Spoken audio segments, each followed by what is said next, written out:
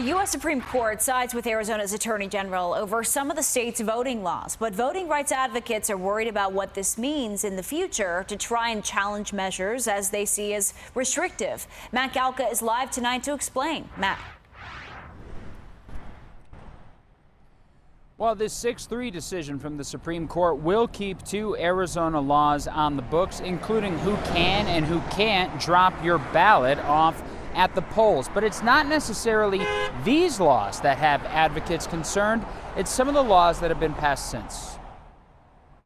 Arizona Attorney General and new U.S. Senate candidate Mark Brnovich called it a landmark case for his office. The Supreme Court sided with him in upholding two of Arizona's election laws, one having to do with ballot harvesting and another that disqualifies votes cast in the wrong voting precinct. So Arizona has a plethora of ways for people to vote, and yet the Democratic National Committee came in here and tried to challenge our laws, but then they don't do anything about, New York that has more restrictive laws or other jurisdictions. Advocates, including the Democratic Party, say the ruling dismantles the Voting Rights Act. Belen Sisa with the Democracy Project says the laws hit minority communities hard. These communities tend to not want to go to the polls. They tend to send in their ballots last minute, which, you can't do because they have to get there by election day to count. So harvesting ballots is what we used to ensure that those voices were heard.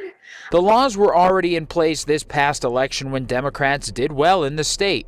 But the bigger concern for advocates is a Supreme Court that could make it harder to challenge other voting laws going forward.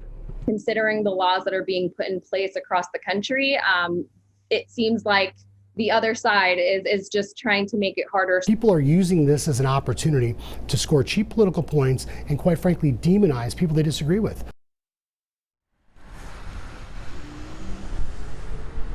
Now, this ruling already has some ripple effects here in Arizona. Today, Pima County announced to avoid the confusion with the precinct problem. If you vote outside of your precinct, your vote will be disqualified. They're going to move to a vote center model, basically a vote anywhere situation where even if you're out of your precinct, you can go to a vote center and cast your vote.